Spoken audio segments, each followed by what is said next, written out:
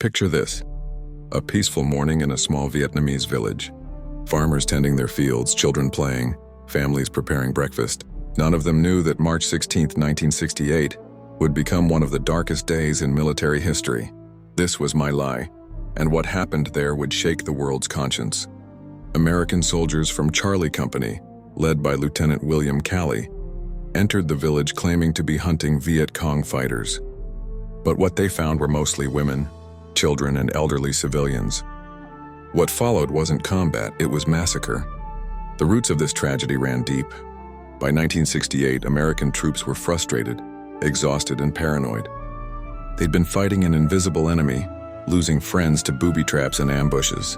The military's aggressive search-and-destroy tactics and body count metrics created a dangerous mindset.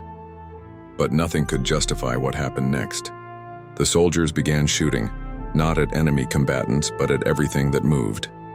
They burned houses, killed livestock, and murdered civilians in cold blood. Mothers trying to protect their children were gunned down. The elderly weren't spared. Some victims were herded into ditches before being executed. The final death toll: between 347 and 504 innocent Vietnamese civilians. The military's initial response was a cover-up. Reports were falsified, witnesses silenced.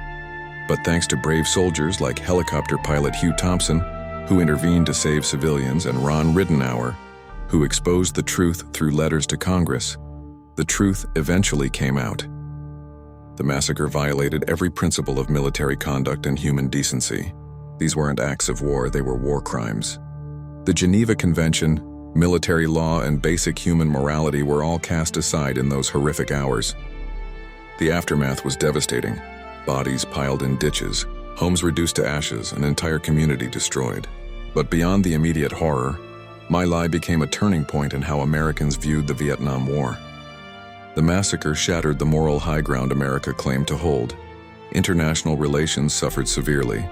America's image as a defender of democracy and human rights was tarnished. The incident fueled anti-war protests worldwide and deepened the divide between military and civilian society back home. But from this darkness came important lessons. The military reformed its training, emphasizing ethical conduct and civilian protection. New rules of engagement were implemented. Whistleblower protections were strengthened. Most importantly, My Lai serves as a permanent reminder that even in war's chaos, humanity must prevail. Today, My Lai stands as more than a tragedy. It's a lesson about the importance of moral courage, the need to speak truth to power, and the eternal responsibility to protect innocent lives. We must never forget so we never repeat such horrors again.